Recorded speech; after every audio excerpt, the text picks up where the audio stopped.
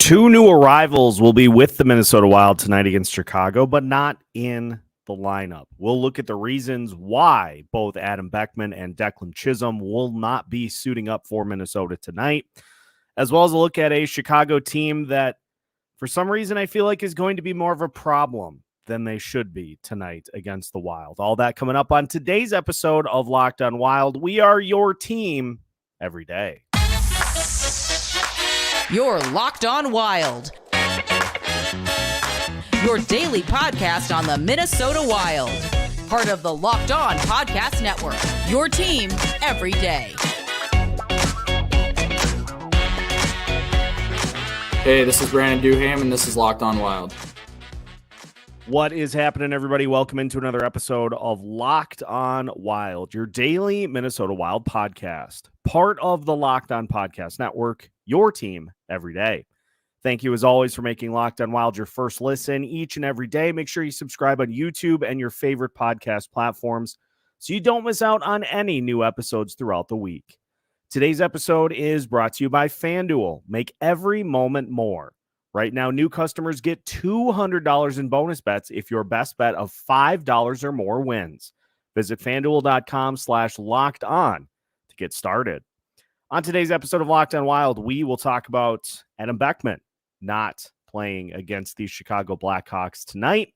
We'll talk about Declan Chisum not playing against the Chicago Blackhawks tonight, both for different reasons, although honestly they are pretty similar in why. So we'll talk about the differences there, and we'll get you set for tonight's game against Chicago. My name is Seth Topal, your daily Minnesota Wild insider, credentialed member of the Minnesota Wild Media Group. And just a reminder, you can listen to tonight's game on Sirius XM with the SXM app. The Wild obviously playing Chicago. A late one tonight, 8:52 estimated puck drop. So you can either watch the game on Bally Sports or on TNT, or you can listen on the SXM app. So I'm going to be honest. I was doing some reading for this episode because saw it early in the day. And I think it's funny that we look at the start of the second half and you continue to see, the team saying, we got to get ourselves, we got to come out of the gate swinging. We got to really put ourselves in good position to make the playoffs. And you have the people that cover the team and the fans who continue to say, I don't think that's attainable. And I was reading through because Adam Beckman obviously got called up earlier in the week. And I waited to discuss it because of the exact reason that we were given for tonight. Adam Beckman will be a healthy scratch by the looks of it for tonight's game against Chicago. And I find this frankly hilarious because in Michael Russo's article for The Athletic talking about Beckman being called up, Bill Guerin was quoted as saying, this is his opportunity. This is his chance to work his way into the lineup and make an impression. Hard to do that from the press box if you're going to get healthy scratched. And there's a lot of reaction. I think first and foremost, my initial thought is just frustration at this point because Beckman, having come in, he's got 4 goals, I think, in his last 5 games. He had 4 goals in about a 2-game span. And yes, I know the last couple of games hasn't scored at that same clip. But at the same time, I think Beckman brings an opportunity to just add something to the mix that this team is just very, very sorely missing. And that's somebody who is going to shoot the puck when the opportunity presents itself. But you're not going to get that tonight because Beckman is going to, it appears, at least for this first game out of the break, get the same treatment that a lot of different prospects have had. And this is not just a Minnesota Wild problem. It's the cut your teeth, the playing time is earned, if you're a rookie, you're going to come in, you're going to see how things are done. Eventually you'll get your shot. Eventually you'll get your chance. But early on, you have to observe how things are done before you can actually step in and do them.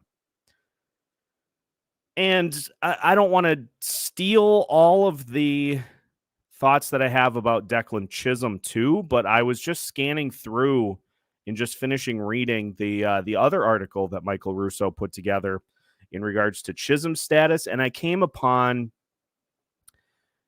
a quote from John Hynes that is, honestly, I had to read it twice, and I quote. Now, this applies to Beckman too. We'll see how it goes, Hynes said. I did talk to him, this being Declan Chisum. He didn't skate at all for a while, and then obviously a new team. He'll come in. We'll have him dressed for warm-ups. We'd like to see him get into team meetings, get himself back and around the team, and see how things go, and then get a practice, and then we'll see. Some of it might be based on performance.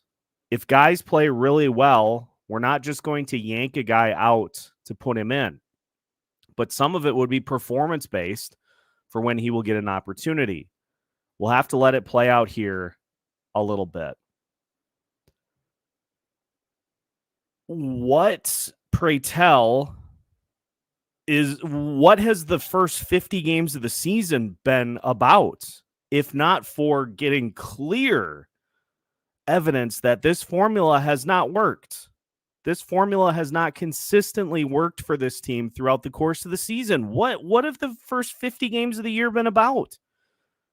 If not to find examples of ways in which guys' performance has not been enough to dictate keeping them in the lineup. My thought was going to be, I would love to see Adam Beckman get an opportunity, not on the fourth line in particular, get an opportunity in the top six as a guy who shoots the puck to be able to take advantage of opportunities, for instance, from Matt Boldy and Joel Eriksson Ek. Second line wing, because guess what has been a common criticism of that second line with Matt Boldy and Joel Eriksson Ek is the guy that is the third component of that. He often doesn't shoot the puck. I have the stats right in front of me here. Marcus Johansson, looking at all the way through the month of January. And honestly, we could extend this all the way back into December. Johansson has 4 goals in January, which is 4 goals is okay. 19 shots. And Johansson has 1, 2, 3, 4 games. 4 in the entire month of January, in which he has 3 shots in a game or more. Guess how many games he has with 1 shot or fewer? 1, 2, 3, 4, 5, 6, 7, 8, 9, 10. 10 of the 14 games in the month, Johansson has 1 shot or fewer. Guess how many games he has with 0 shots? 1, 2, 3, 4. He has as many goals as shotless games this month. And if we use that same metric from December, games with 3 shots or more, 1, 2, 3, 4, 5, 6. So 2 more in December. Okay, that's a little bit more where you would like it. 27 shots for Johansson in December.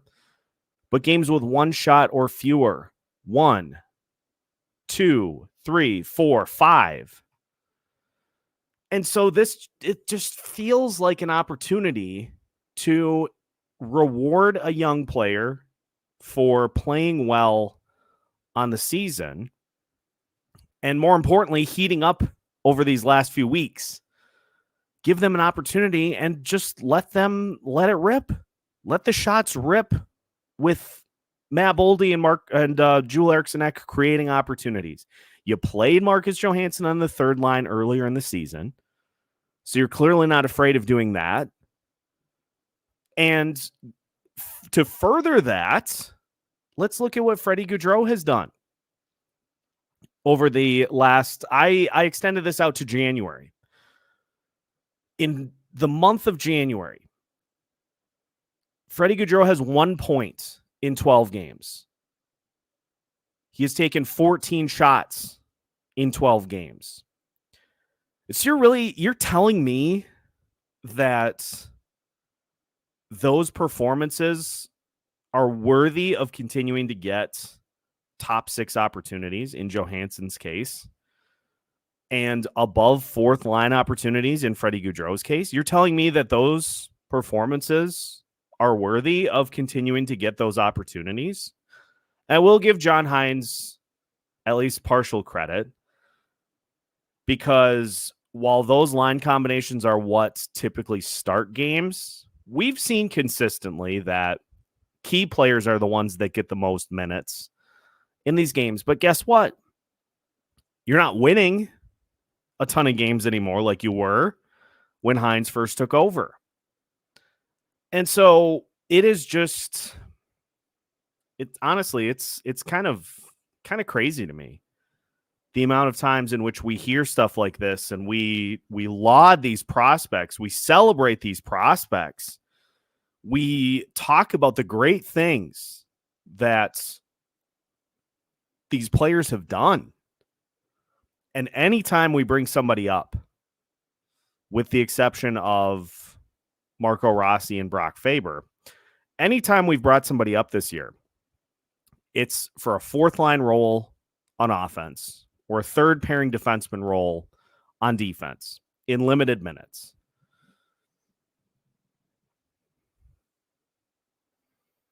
If that's not a sign that this team still thinks that they're capable of getting into the postseason, I don't know what is. And so, again, I ask, those 2 performances that I noted, and I've got the stats here for January. There are other players that certainly have not been pulling their weight. I mean, Connor Dewar played 10 games before he got hurt. He had 1 point. He had 1 goal in the 10 games. Brandon Duhaime has not had a point in a long time. And so you just continue to roll the same thing out there, even though we have seen pretty concretely this season that thing does not work. And so congratulations to Adam Beckman for finally getting the opportunity this year. But guess what?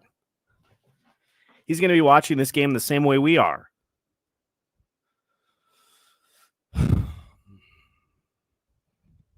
Well, we'll go from that to Declan Chisum, who made it to the Minnesota Wild organization. He's with the team in Chicago.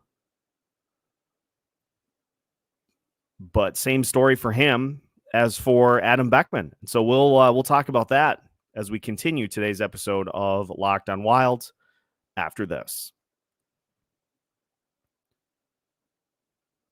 Today's episode of Locked on Wild is brought to you by FanDuel Sportsbook. The Super Bowl is just about here, and we want to wish you happy Super Bowl week to all who celebrate from FanDuel, America's #1 sportsbook.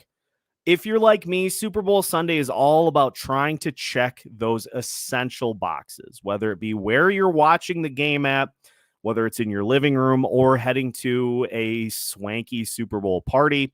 You want to make sure you can see all the action from a primo seat. Also, you want to make sure that the Super Bowl spread is mouthwatering and delicious. And speaking of Super Bowl spread, it's not a bad idea to try to roll in some key bets as well throughout the course of the game. And FanDuel can help you with just that.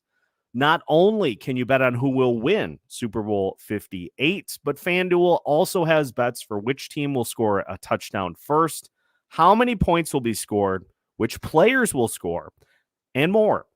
And get this, New customers who join today will get $200 in bonus bets if your first bet of $5 or more wins.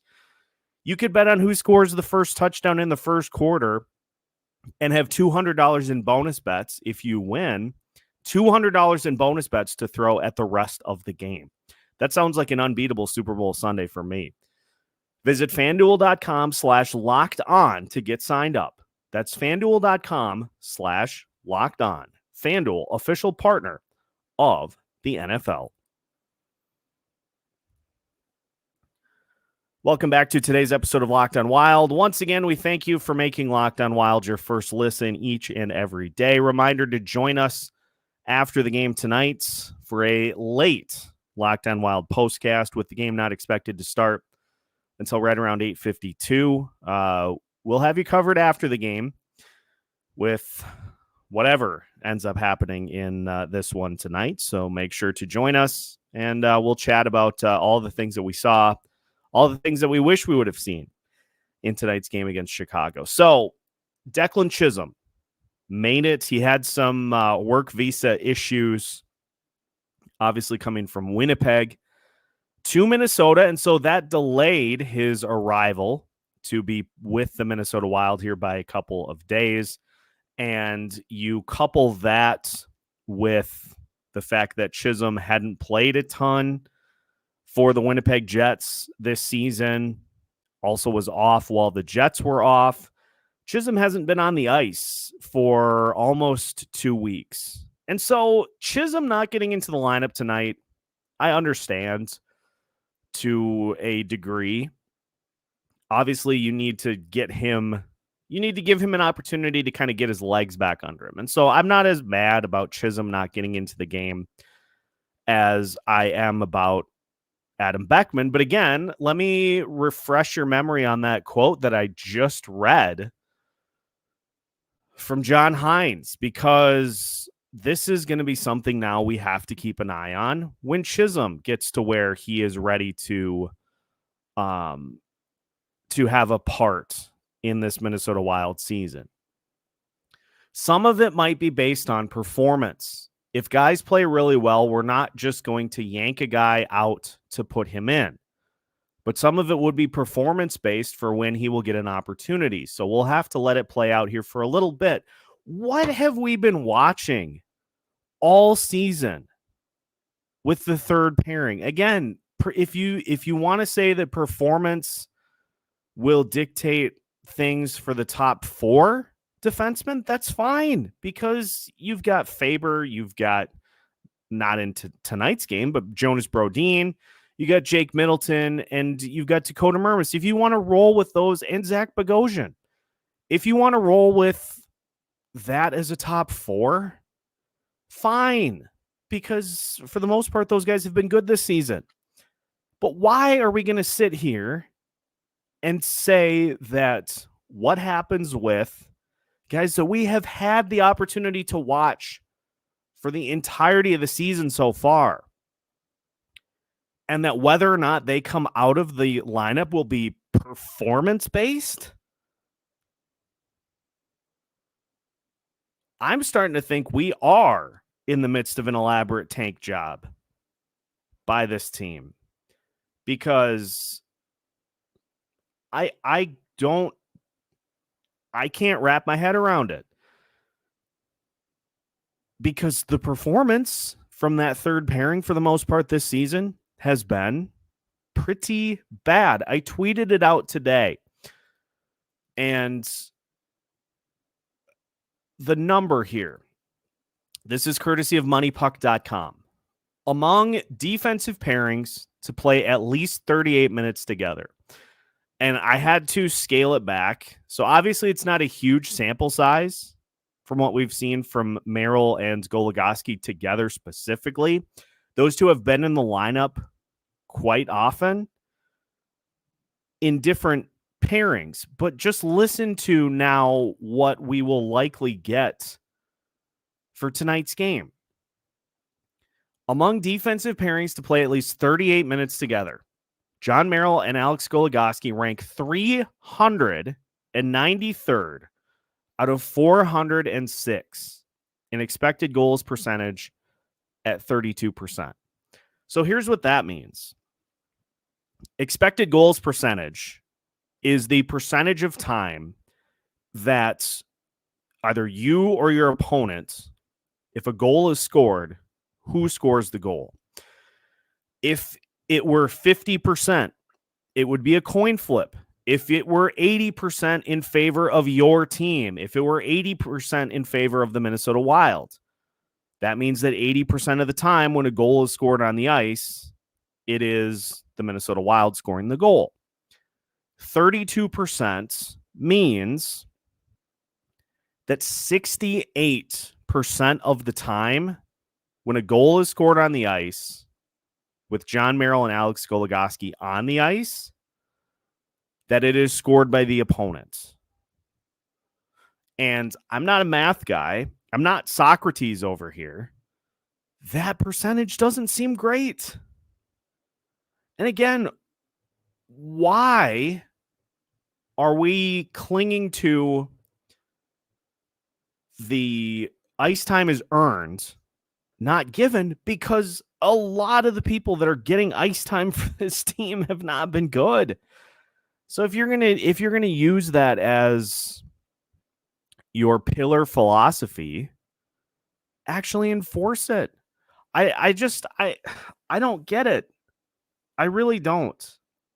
That it's very apparent that this team still thinks that they have what it takes to get themselves into postseason picture. And so they're going to continue to ram their head against the wall, continue to fight, claw, scratch for every single point that is available. But again, we've seen it all season. Like 50 games of a season is not a small sample size. You're about 2/3 of the way through the season. And so at that point, you have a pretty good idea of what you are as a team and what the Minnesota Wild have been this season. Incredibly inconsistent, unable to consistently beat Western Conference teams in general, not just the ones that are in front of them in the standings, which guess what happens to be a ton of them. So incapable of consistently beating Western Conference teams, incapable of coming from behind. When the Wild don't score the first goal of the game, their record is abysmal. And we're now starting to see instances in which the Wild actually do score first in the game. They're starting to lose those games too. And so there just is nothing about what we've seen so far that screams, yes, we can figure it out and get into the playoffs.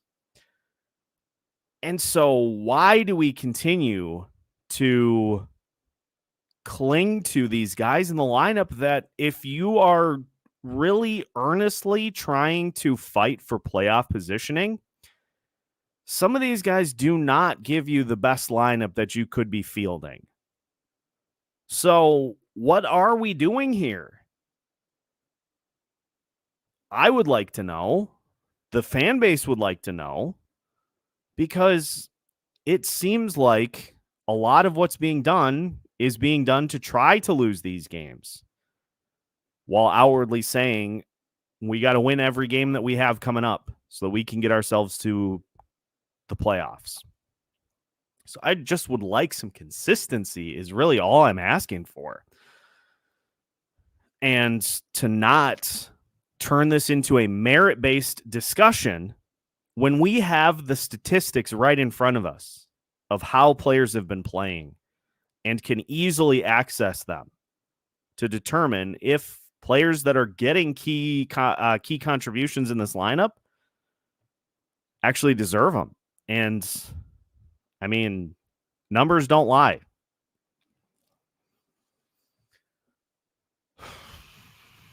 So let's talk about tonight's opponent, the Chicago Blackhawks, because Chicago has not been having a great season, to say the least. But I'm about to tell you why I am more than a little worried that the Chicago Blackhawks will get a win here tonight. That's coming up after this here on Locked on Wild. Today's episode of Locked on Wild is brought to you by Indeed. We are driven by the search for better, but when it comes to hiring, the best way to search for a candidate isn't to search at all.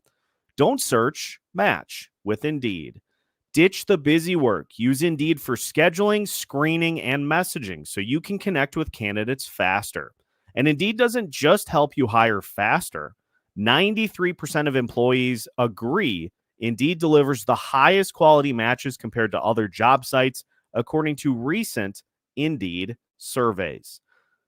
Leveraging over 140 million qualifications and preferences every day, Indeed's matching engine is constantly learning from your preferences. So the more you use Indeed, the better it gets. Folks, as somebody who is looking for a new job myself, I love the fact that Indeed will let me know if there are areas in my qualifications that I may need to elaborate on or could use some further experience in based off of what employers are looking for in those same fields. Listeners of this show will get a $75 sponsored job credit to get your jobs more visibility at Indeed.com/lockedon. Just go to Indeed.com/lockedon right now and support our show by saying you heard about Indeed on this podcast. Indeed.com/lockedon. Terms and conditions apply. Need to hire? You need Indeed. Final segment of today's episode of Locked on Wild. Once again, we thank you for making Locked on Wild your first listen each and every day. Again, a reminder to join us after the game tonight. We will have you covered with a Locked on Wild postcast after what figures to be just a thrilling game between these two teams here this evening. Chicago is 5-18-1 in their last 19 games. And I tweeted this out as well, just so that I could come back to it as the day went along. Here's how these two teams stack up together since the 1st of December. The Minnesota Wild, in that same span as the Chicago Blackhawks, they are 12-11-1 over that span. Chicago is averaging under 2 goals per game over that 24-game span. They're averaging 1.71 goals per game. Minnesota Wild are at 2.88. The penalty kill numbers, pretty similar. Both teams in the 77-76% range. But both teams giving up a ton of goals as well. It's honestly, it is surprising at the level at which these teams are currently very similar, despite Chicago not being able to win really at all. So for the Blackhawks, you look at some of the statistical leaders for them, obviously without Connor Bedard, who still is trying to work his way back from his jaw injury, taking slap shots now, but still a ways away from being able to contribute to this team. Jason Dickinson leading Chicago with 15 goals. You take away Connor Bedard, he's the only player on the roster currently with 10-plus goals this season. Nick Foligno has 9. Philip Kurashev has 8. Tyler Johnson also with 9. This Chicago team has 104 goals scored in 50 games. And you look at the goalie numbers for Chicago. They have a 3.52 goals against average collectively on the season. 14-34-2. Peter Mrazek, 12-19-1 with a 2.92 goals against average, a 910 save percentage. Arvid Soderblom is 2-15-1. with a 4.07 goals against average and an 874 save percentage. So basically, if Peter Mrazek plays, Chicago has a decent chance or a better chance of at least keeping it competitive than they do if Arvid Soderblom plays. And guess who's playing tonight? Peter Mrazek. And so you look at all the things that Chicago has struggled with here over the course of the season, and their power play is not particularly good on the season. They're hovering at, I think it's 14.1%, which puts them, actually they're at 12.4%, which puts them dead last in the NHL from a power play perspective. Minnesota Wild are slightly below the midpoint at 20.7. Penalty kill wise, the Chicago Blackhawks at 76.5% on the season, 76.4%. Minnesota Wild third worst at 73.5. The Wild 2.98 goals per game.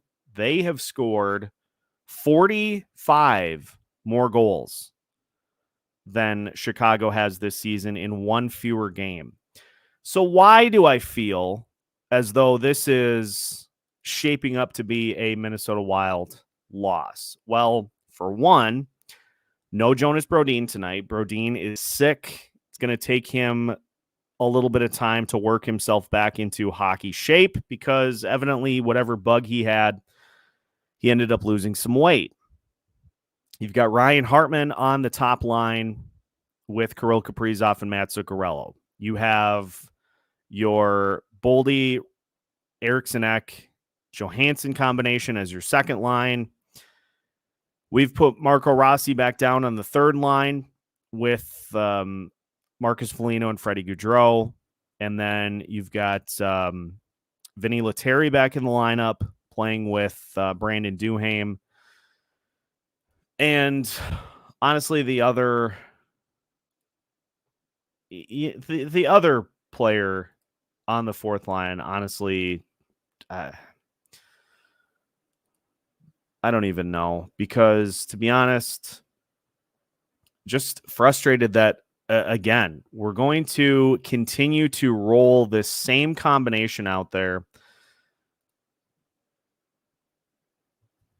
and expect that the results will be different.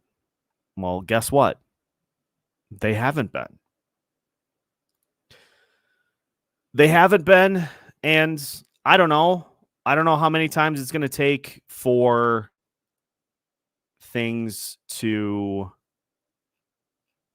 finally click in, finally sink in that this is not a playoff team. But maybe a loss to Chicago will be the final nail in the coffin.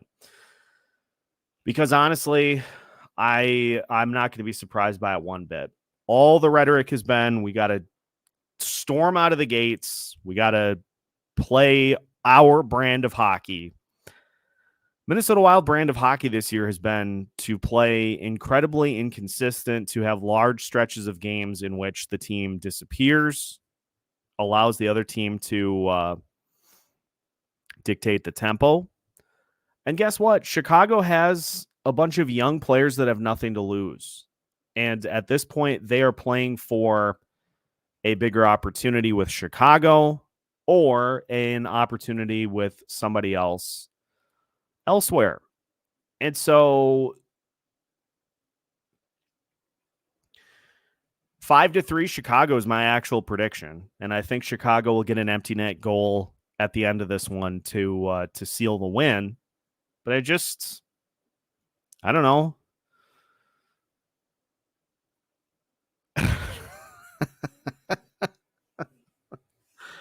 Oh, welcome to the second half of the season. So that will do it for today's episode of Locked on Wild. Once again, we thank you for making Locked on Wild your first listen and your go-to listen for the Minnesota Wild here throughout the season. We've got you covered after the game tonight with another Locked on Wild postcast. So make sure to join us then. Until then, Hopefully you have been able to get a nap in before this game starts. 8:52 expected puck drop here tonight. We'll have you covered all throughout the game, as we typically do, so make sure that you stick with us here at Locked On Wilds. You can find new episodes every Monday through Friday as part of the Locked On Podcast Network.